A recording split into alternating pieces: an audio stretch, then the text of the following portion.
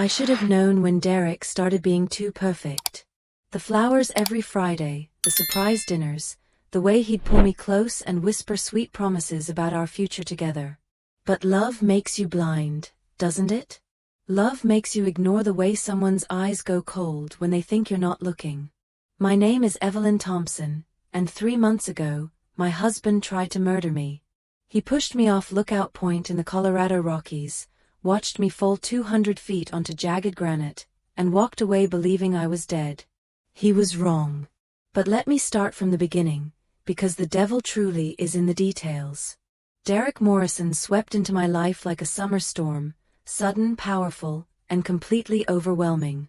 I was 28, working as a nurse at Denver General, living in a modest apartment and saving every penny for the house I dreamed of buying. My life was predictable, stable, maybe even a little boring.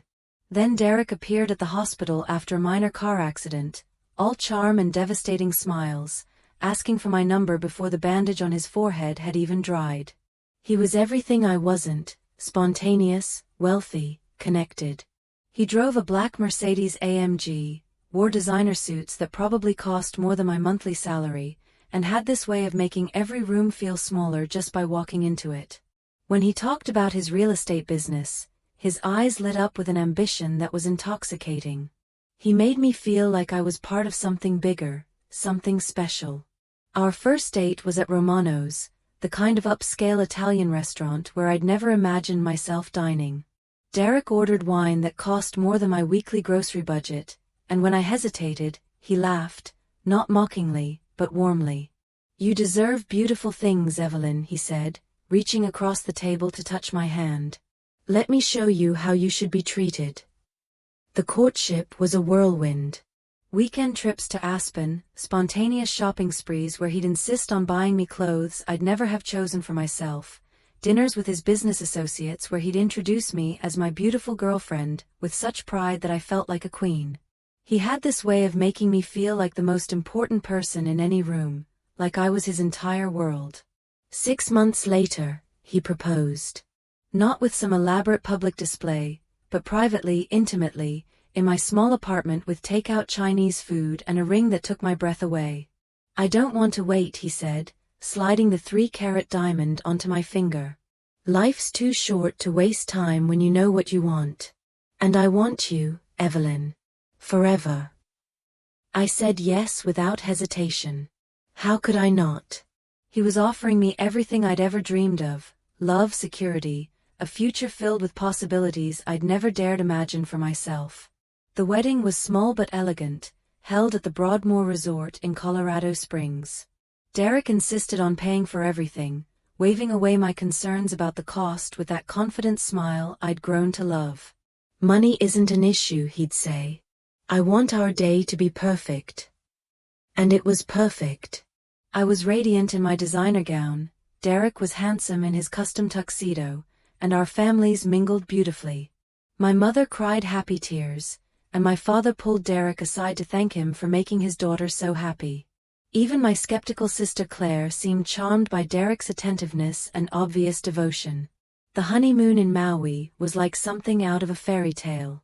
Derek surprised me with first-class flights, an oceanfront suite, and days filled with adventures I'd only seen in magazines. He took thousands of photos of us together, always making sure I looked perfect, always capturing my smile at just the right moment. "I want to remember every second of this," he'd say, pulling me close as the Hawaiian sunset painted the sky behind us. "I want proof of how happy we are." Looking back now, those photos feel different. They feel like evidence he was collecting, building a narrative of the perfect marriage that would make what came next seem even more tragic. Because even then, 3 months into our marriage, Derek was already planning to kill me. The first sign should have been the life insurance. Derek brought it up casually over breakfast one Tuesday morning, scrolling through his phone while I got ready for my shift at the hospital. "Babe, I've been thinking we should get life insurance policies," he said, not looking up from his screen. "You know, protect each other just in case. My financial advisor says it's smart for married couples." I paused, coffee mug halfway to my lips. "Life insurance? Derek, We're 28 and 29. Isn't that something for when we're older? His smile was patient, indulgent. That's exactly when you don't want to think about it. Besides, the premiums are cheaper when you're young and healthy. It's really just good financial planning. The way he said it made me feel naive for questioning him. Derek had money, success, business sense, things I'd never had. If he thought we needed life insurance, who was I to argue? 2 weeks later, I found myself signing papers for a $500,000 policy on my life, with Derek as the sole beneficiary. He signed identical paperwork, making me his beneficiary. It felt responsible, adult, like another step in building our life together. I didn't know he'd taken out 3 additional policies on my life through different companies. I didn't know he'd lied about his own coverage. I didn't know he was already $50,000 in debt from gambling losses he'd hidden from me. The control started subtly. Derek would suggest I didn't need to work so many shifts at the hospital. "You're exhausting yourself, sweetheart," he'd say, massaging my shoulders after a particularly long day. "I make enough for both of us. Why don't you cut back to part-time?" It sounded caring, protective even. But when I mentioned it to my sister Claire, her expression darkened. "Evelyn, you love nursing. And you've always been independent. Why would you want to depend on someone else financially?" Her words stung because they rang true. I had always been independent, proud of supporting myself, determined never to be the kind of woman who needed a man to take care of her. But Derek made dependence feel like love, like being cherished rather than controlled. "He just wants to take care of me," I defended. "What's wrong with that?" Claire studied my face for a long moment. "Nothing, if that's really what this is about. But Evelyn, promise me you'll keep working. Promise me you'll keep your own money, your own accounts. Just, promise me you'll stay you." I promised, but I was already changing. Derek had started making comments about my friends. Claire was too negative, my coworker Janet was always stirring up drama, my college roommate Sarah was probably jealous of my happiness.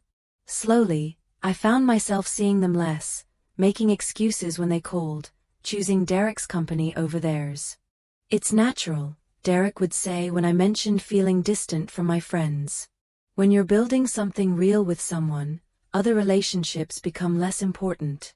We're each other's priority now." The isolation felt romantic rather than alarming. Derek and I were building our own little world, complete and perfect. We spent evenings cooking together in our beautiful townhouse, weekends exploring Colorado's mountains, quiet mornings reading the Sunday paper in bed. He was attentive, affectionate, constantly telling me how much he loved me. But there were moments when the mask slipped. Like when I suggested we visit my parents for Thanksgiving, and I saw something cold flash across his face before he smiled and agreed. Or when I mentioned wanting to take a girls' trip with Claire, and his jaw tightened almost imperceptibly. "Of course, if that's what you want," he'd say, but his tone carried an undercurrent that made me feel guilty for even suggesting it. The sex became different too. More possessive, more intense. Derek would hold me afterward and whisper things like, "You're mine, Evelyn. Completely mine." At the time, it felt passionate, devoted. Now I recognize it for what it was, ownership, not love. By our first anniversary, I was working part-time, seeing my family and friends rarely, and living in a beautiful prison I hadn't even realized I'd walked into. And Derek was already planning our anniversary trip to Lookout Point. Our first anniversary approached like a celebration and a countdown to my execution, though I only understood that in hindsight. Derek spent weeks planning what he called the perfect romantic getaway, to commemorate our first year of marriage. "I found this incredible spot in the Rockies," he said, showing me photos on his laptop of Lookout Point. "It's got the most amazing views, and there's this trail that leads to a cliff overlooking the entire valley. I thought we could pack a picnic, watch the sunset, maybe recreate some of our wedding photos." The images were breathtaking, dramatic cliff faces, endless mountain vistas, the kind of natural beauty that made Colorado famous.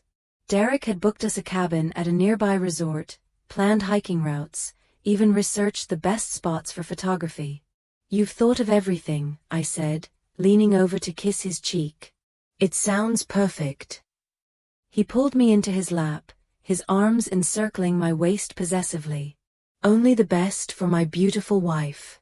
I want this anniversary to be unforgettable." Unforgettable.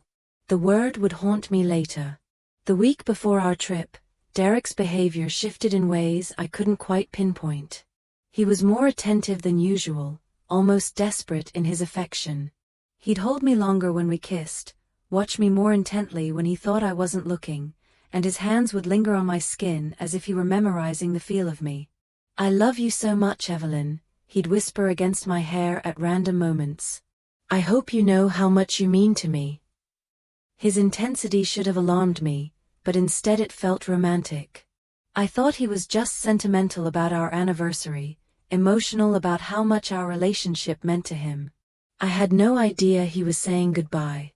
Derek also became obsessed with our social media presence during those final days.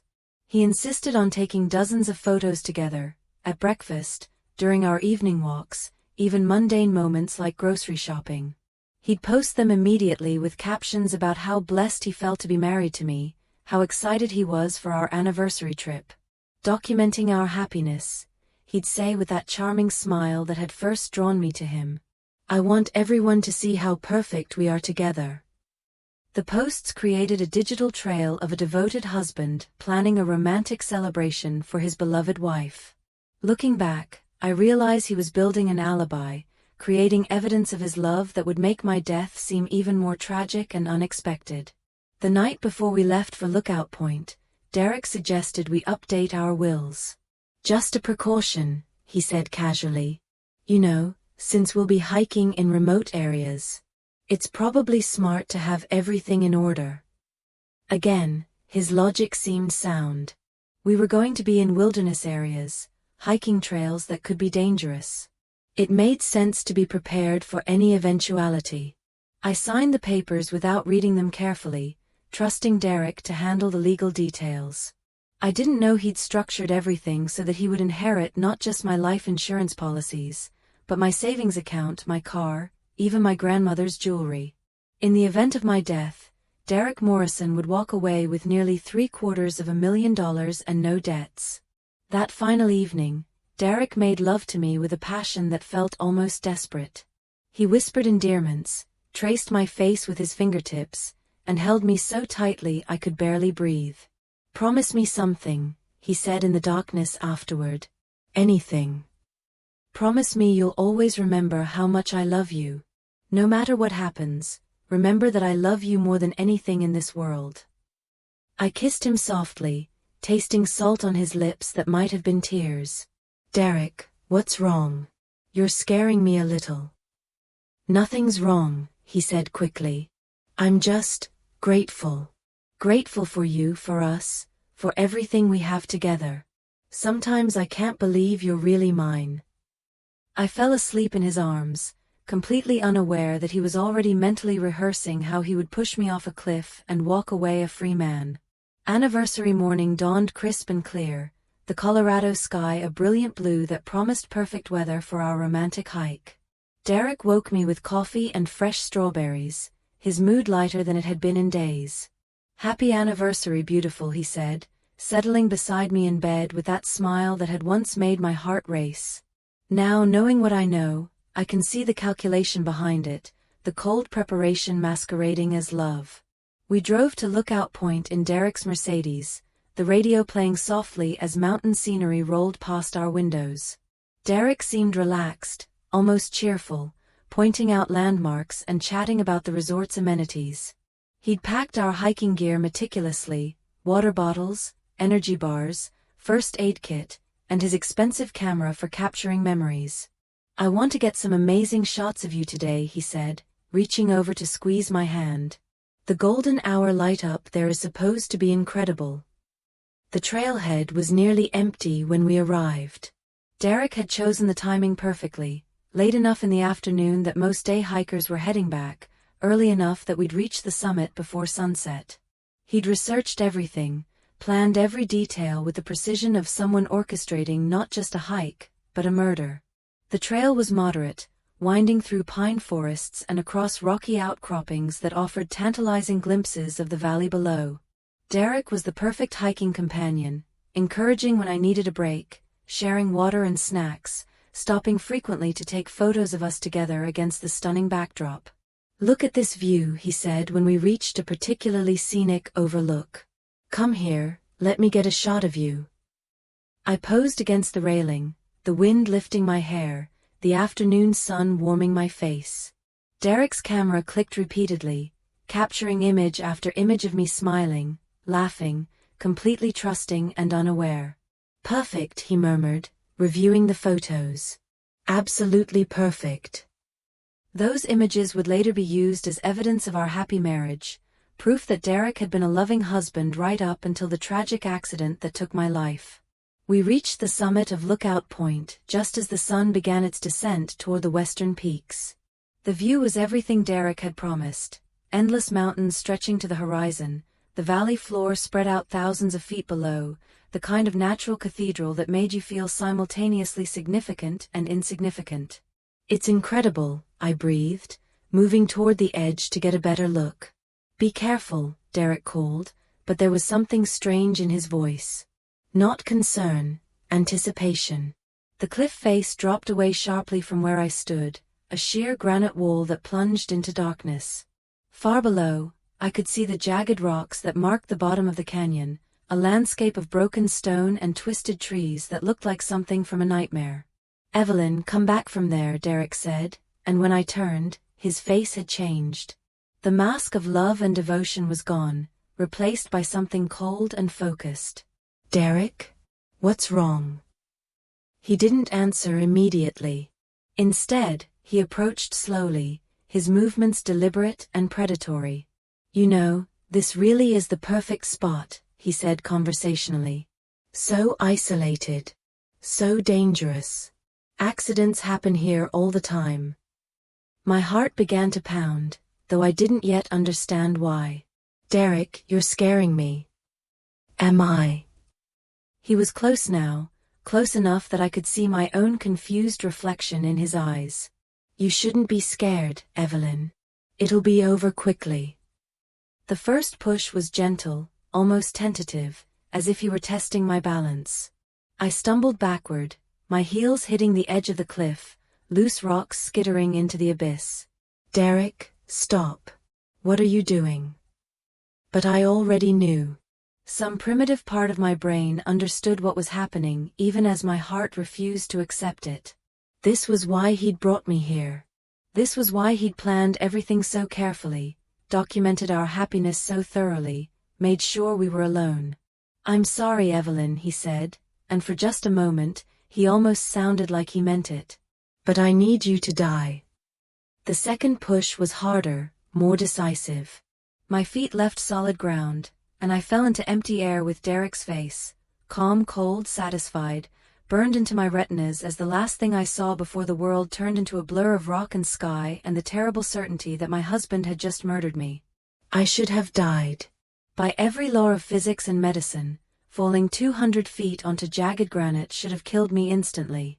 Instead, I woke up in Denver General Hospital 3 days later, my body broken but my mind crystal clear about one devastating truth: my husband had tried to murder me. The first face I saw belonged to Dr. Patricia Hernandez, the trauma surgeon who'd put me back together. "Evelyn, you're awake," she said, her voice carefully controlled. "Try not to move. You've suffered extensive injuries." Extensive was an understatement. 3 crushed vertebrae had left me paralyzed from the waist down. My left arm was shattered in 7 places. 6 broken ribs had punctured my lung. My skull was fractured, my face so swollen I was unrecognizable. But I was alive, and more importantly, I remembered everything. "My husband," I whispered through lips split and swollen. "Where is Derek?" Dr. Hernandez exchanged a glance with the nurse. He's been here every day. Waiting, praying. The man is devastated, Evelyn. He blames himself for not being able to save you. Save me. The irony would have been funny if it weren't so horrifying. I need to speak to the police, I said, my voice growing stronger despite the pain medication clouding my thoughts. I need to tell them what really happened. Evelyn, you suffered a severe head trauma. Sometimes memories of traumatic events can be confused, distorted. The important thing is that you're alive and recovering. But I wasn't confused. If anything, the fall had sharpened my memory, stripped away all the romantic delusions that had blinded me to Derek's true nature. I remember the coldness in his eyes, the calculated way he'd positioned me at the cliff's edge, the satisfied expression on his face as he watched me fall. When Detective Rodriguez arrived, I told him everything. How Derek had isolated me from my friends and family. The life insurance policies I'd signed without understanding their full scope. The way he'd planned our anniversary trip with such meticulous detail. The moment when his mask finally slipped and he revealed himself as my would-be killer. Mrs. Morrison, these are very serious accusations, Detective Rodriguez said carefully. Your husband has been cooperative with our investigation. He's told us how you slipped while trying to get a better photo, how he tried desperately to reach you but couldn't. He's lying. Head injuries can cause false memories, confusion about events. I know what happened to me. My voice cracked with the effort of being heard, believed. He pushed me. I felt his hands on my back. I saw his face when I fell. But I could see the skepticism in the detective's eyes. Derek had played his part perfectly, the grieving husband, devastated by his wife's tragic accident, racked with guilt for not being able to save her. He'd probably cried real tears, displayed just the right amount of emotion to sell his performance. My sister Claire was the first person to believe me. When she arrived at the hospital, her face was a mask of fury barely contained. I knew something was wrong with him, she said, gripping my uninjured hand. The way he isolated you, controlled you. I should have said something sooner. You tried to warn me. I was too blind to see it. Claire's jaw tightened. Well, I see it now. And we're going to make sure everyone else does too. Over the following days, as Derek maintained his vigil at my bedside, playing the devoted husband for the hospital staff and visiting family members, Claire began digging into our finances. What she discovered was worse than I'd imagined. The gambling debts were just the beginning. Derek had been embezzling money from his real estate clients, living on credit, maintaining his lifestyle through an increasingly complex web of lies and stolen funds. The life insurance policies on my life totaled almost $2 million, enough to pay off his debts and fund a new life somewhere far from Colorado. But the most chilling discovery came when Claire accessed Derek's computer. Hidden in a folder buried deep in his files, she found his research into accidental deaths insurance. Claim procedures, and most damning of all, a detailed timeline of our relationship marked with notes like establish trust, isolate from family, and anniversary trip, final phase. Derek Morrison hadn't just tried to kill me on impulse. He'd been planning my murder from the moment we met. Derek had no idea I was awake. For 3 days, he'd maintained his performance as the devastated husband, sitting by my bedside, holding my hand, whispering to my unconscious form about how sorry he was, how he should have protected me better. The nursing staff thought he was the most devoted man they'd ever seen. I let him believe I was still unconscious while Claire and Detective Rodriguez worked to build a case against him. Through barely open eyes, I watched Derek's performance, studying the man I'd thought I loved, seeing him clearly for the first time. He was good at it. Frighteningly good. When doctors came by with updates, his face would crumple with just the right amount of anguish. When my parents visited, he played the supportive son-in-law, offering comfort while accepting their gratitude for taking such good care of our daughter. He even managed to cry on cue when the social worker discussed my long-term care needs.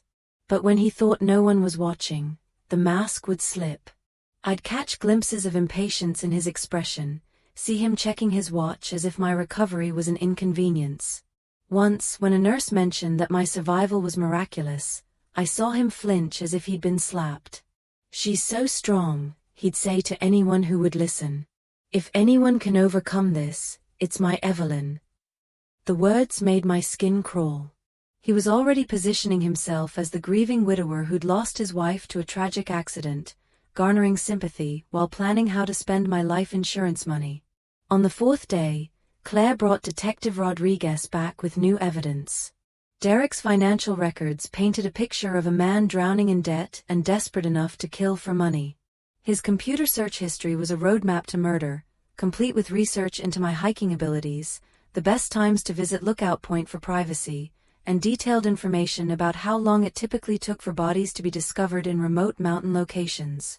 But the most damning evidence was the video. Derek had been so careful about his planning, so meticulous about every detail except one. He'd forgotten about the trail camera positioned near the Lookout Point summit. The Colorado Parks Department had installed it to monitor wildlife, and it had captured everything. The footage was grainy but clear enough. Derek positioning me near the cliff edge. The deliberate way he'd approached me. His hands pushing against my back. My body disappearing over the edge. And most incriminating of all, Derek standing at the cliff's edge for several long moments, not calling for help, not showing any signs of panic or distress. He'd simply stood there, watching, before calmly walking back down the trail. "We have enough to arrest him," Detective Rodriguez told me. "But it would be helpful if you could continue pretending to be unconscious for a few more hours. We want to see how he reacts when he thinks he's gotten away with it." I agreed, though lying there listening to Derek's false words of love and devotion was torture. He sat beside my bed, holding my hand, occasionally kissing my forehead, playing his role for the nurses who drifted in and out. "I love you so much, baby," he whispered when we were alone. "I'm so sorry this happened to you. I should have been more careful, should have protected you better." The lies flowed so easily from his lips. If I hadn't known the truth, if I hadn't felt his hands pushing me toward death, I might have believed him myself. Around noon, Derek's phone rang. I recognized the ringtone, his financial advisor, probably calling about insurance claims. Derek stepped out into the hallway to take the call, and through the partially open door, I heard fragments of conversation that chilled me to the bone. "Yes, I understand there's a waiting period. No, she's still unconscious. The doctors think it could be permanent brain damage. Of course I want to proceed with the claims as soon as legally possible." He was already trying to cash in on what he believed was my imminent death. In his mind, I was as good as dead, a vegetable he'd eventually have to make the difficult decision to take off life support. He was probably already planning his grieving widower act, maybe even thinking about which of my assets he'd sell first. When he returned to my bedside, his performance resumed seamlessly. "The insurance company called," he said softly, as if speaking to my unconscious form. "They want to discuss our policies. Don't worry, baby. I'll handle everything. You just focus on getting better." 2 hours later, Detective Rodriguez and 3 uniformed officers entered my hospital room. Derek's face went white when they read him his rights. The moment Derek heard the words "attempted murder," his carefully constructed mask shattered completely. Gone was the devoted husband, the grieving victim of tragedy. In his place stood a man whose eyes went cold with calculation, scanning the room like a cornered predator looking for an escape route.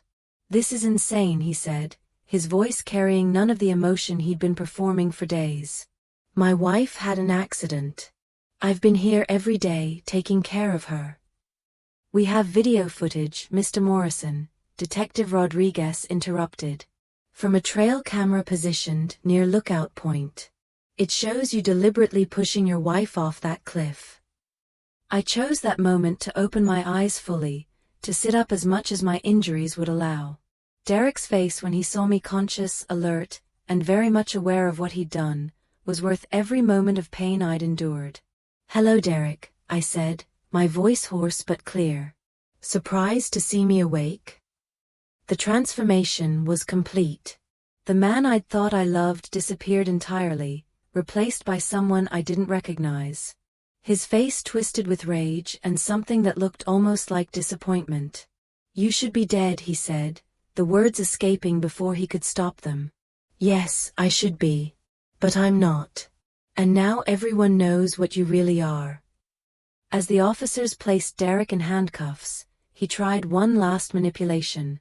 "Evelyn, baby, you're confused. The head injury. I remember everything, Derek. Every detail. How you planned this for months. How you researched my death like it was a business transaction. How you stood at that cliff and watched me fall without calling for help." The pretense finally cracked completely. Derek's face contorted with a fury I'd never seen before, revealing the monster that had been hiding beneath his charming exterior. "Do you have any idea how much money I spent on you?" he snarled as the officers began to lead him away. "How much debt I took on trying to keep you happy. You were supposed to make my life better, not ruin it." And there it was, the truth at last. I had never been his beloved wife. I'd been an investment, a solution to his financial problems, a life insurance policy walking around in human form. The trial became a media sensation. Derek's defense attorney tried to paint him as a loving husband driven to temporary insanity by financial pressure, but the evidence was overwhelming. The video footage from the trail camera was damning enough, but when prosecutors revealed the full scope of Derek's deception, even his lawyer seemed shaken. There were the multiple life insurance policies he'd taken out on my life without my knowledge. Bank records showing his gambling debts and embezzlement from his real estate clients. His computer search history documenting months of research into accidental deaths and insurance fraud. And most chilling of all, the timeline found on his computer that mapped out our entire relationship as a plan to murder me. Claire testified about how Derek had systematically isolated me from my support system. My co-workers described his increasing control over my schedule and finances. The insurance companies revealed how quickly Derek had tried to file claims, even while I was still fighting for my life in the hospital. But the most powerful testimony came from me. Sitting in my wheelchair, facing the man who tried to murder me, I told the jury exactly what had happened on that cliff. I described the coldness in Derek's eyes when his mask finally slipped. The calculated way he'd positioned me at the edge. The deliberate force of his hands pushing me toward death. "He didn't just try to kill me," I said, my voice steady and clear. "He tried to steal my entire existence. He planned to take my life, my money, my family's love and grief, and use it all to fund his new life. I wasn't his wife, I was his exit strategy." Derek was convicted on all charges: attempted murder, insurance fraud, embezzlement, and a dozen other counts that would keep him in prison for the rest of his life. When the verdict was read, he showed no emotion at all, just the same cold calculation I'd seen on the cliff. As they led him away in chains, Derek looked at me one final time. There was no remorse in his eyes, no regret for what he'd done. Only anger that his plan had failed. "You should have stayed dead," he mouthed silently. But I hadn't stayed dead. I'd survived, I'd fought back, and I'd won.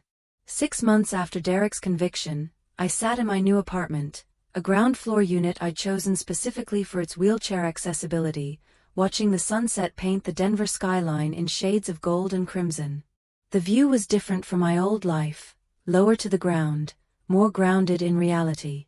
But it was mine, bought with my own money, decorated with my own choices, filled with people who loved me for who I actually was. The physical recovery had been brutal. Months of surgery, physical therapy, learning to navigate the world from a wheelchair. The doctors said I'd never walk again, and while that reality was devastating, it was also strangely liberating. Derek had tried to take everything from me, my life, my trust, my sense of safety. But he hadn't succeeded. I was still here, still fighting, still refusing to let him win. The emotional recovery was harder. Learning to trust again felt impossible some days. I'd wake up in cold sweats, reliving that moment on the cliff when the man I loved transformed into my would-be killer. Therapy helped, but the real healing came from the people who surrounded me with genuine love. Claire had moved in with me during the worst of my recovery, sleeping on my couch and basically putting her own life on hold to help me rebuild mine. My parents visited every weekend, bringing my mother's homemade soup and my father's terrible jokes that somehow always made me laugh.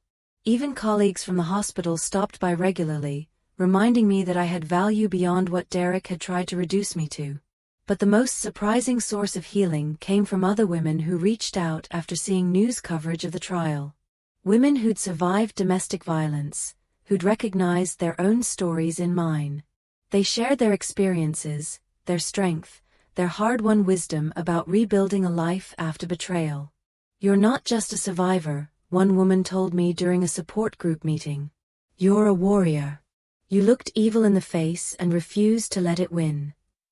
That's when I realized my true purpose wasn't just surviving Derek's attempt on my life, it was helping other women recognize the warning signs I'd missed, the red flags I'd explained away as love. I started speaking at domestic violence awareness events, sharing my story with audiences who understood that the most dangerous person in a woman's life is often the one who claims to love her most. I talked about how Derek's control had been gradual, disguised as care and protection. How his isolation tactics had seemed romantic rather than manipulative. How financial dependence had been presented as being cherished rather than controlled. "Love doesn't try to make you smaller," I'd tell audiences. "Love doesn't cut you off from the people who care about you.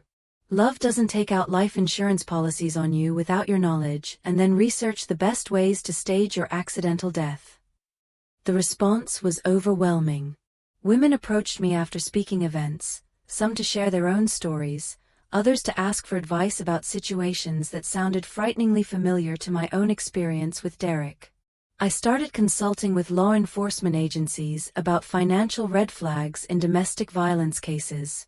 Insurance companies began reaching out for guidance on detecting potential fraud. One evening, about a year after Derek's conviction, I received a letter forwarded from the prison where he was serving his life sentence. For a moment, my hands shook as I held the envelope, memories of his cold eyes and calculating smile flooding back. But I was stronger now. I'd learned that healing didn't mean forgetting or forgiving, it meant taking back the power he'd tried to steal from me. The letter was exactly what I expected: manipulation disguised as remorse, blame disguised as explanation, one final attempt to make me question my own reality. I threw it away without reading past the first paragraph. Derek Morrison had stolen enough of my time, my trust, my peace of mind. He didn't get to steal another moment of my life with his lies and manipulation. As the sun finished setting over Denver, painting my apartment in warm light, I realized something profound. Derek had tried to end my story on that cliff. Instead, he just forced me to write a new chapter, one where I was the hero, not the victim. And this story had a much better ending than the one Derek had planned. I had survived.